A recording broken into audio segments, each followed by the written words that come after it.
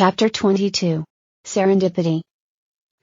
Jesca left the mess tent shortly thereafter, flanked by her masters of personal and household security. She exercised her privilege and skipped the line at the tactical gate to teleport back to the high city in Romitu.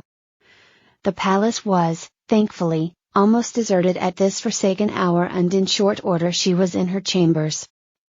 Once there, in a reversal of the usual roles, she helped Phyllis and Clive armor down.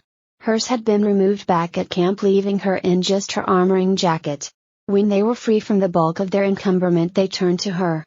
"Let's have you out of that and get a close look at what that demon did to you," said Clive. Jesca shrugged, but didn't protest the removal of the padded tunic. "It was mostly toying with me. It hadn't taunted me enough to start into really fighting." Clive prodded her, none too gently, while Phyllis stacked the gear. "That's the problem with magical armor. No obvious blows or armor pinches. It's all deep bruising, strains and sprains." Jesca winced as he torqued her legs against the joints. "I'll get some ice." "What I want to know," said Phyllis sternly, returning, "is if you planned all of that?" Jesca closed her eyes, waiting while Clive rummaged in the magical larder. If this was a diplomatic function, the correct answer would be to smile enigmatically and say something vague. "But it's not," said Clive, slapping a towel wrapped around crushed ice on her ankle. She gasped. "Answer your mother." "No," said Jesca. "A sphinx would not have guessed they would have worked out I was there, and mobilized such a force so quickly." "First you ditched us, then you ditched Coral," started Phyllis. "I did not ditch you," interrupted Jesca. "How could I when I didn't even know where you were?" Phyllis's eyes narrowed. "We lost tracking as soon as you entered the hamlet.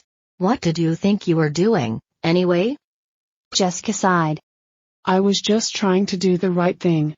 Nobility, chivalry, all the crap I'm supposed to be as queen. I'm not an example if I let Coral do it all. I made some promise to some peon that I was trying to fulfill. I didn't expect the hordes from hell to turn up." "And when did you send Coral away so you could confront it on your own?" said Clive. "There were non-combatants," said Jesca, stubbornly. "It's what Cy and I would have done." They all glared at the walls in silence for a while. "Well, you are probably right about that," said Clive. Phyllis poked her shoulder. "You had us worried. I thought we had lost you." Jesca met her eyes and smiled dryly. "It would take more than that." She sat up and adjusted the ice. "For truth, I know it seemed perilous, but it was far less so than you might think." "So, you just had tea and a pleasant chat with a major demon?" asked Clive. "Almost," said Jesca. "Part of it seemed to feel it needed to taunt me first. That it wasn't worth attacking with all its metal unless I was terrified." Phyllis snorted. "Well, no one knows better than your mother that you don't terrify well." Which really put it out of sorts. I taunted it in return. "And to think Tamara has been absent from court for so long," said Clive.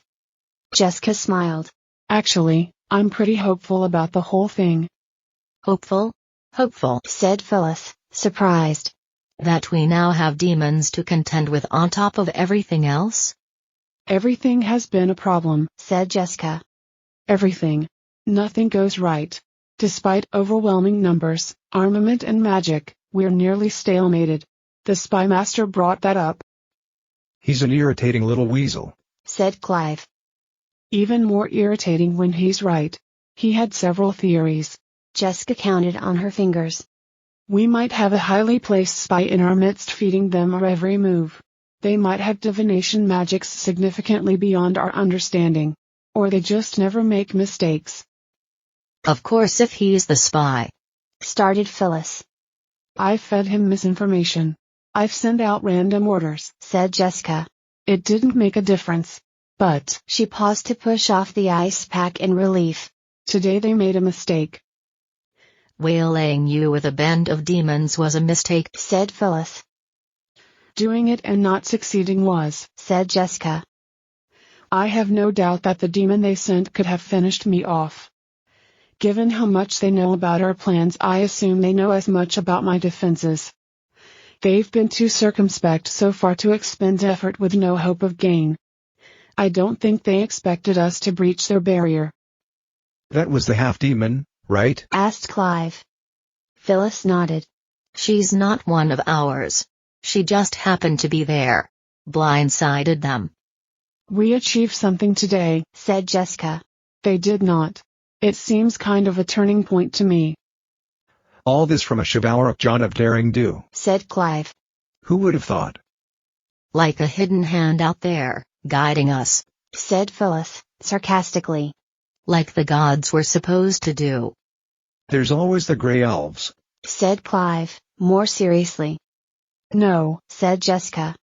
I think it would invalidate their great experiment if they tinkered with us like that. For now, I'm just going to accept it as serendipity.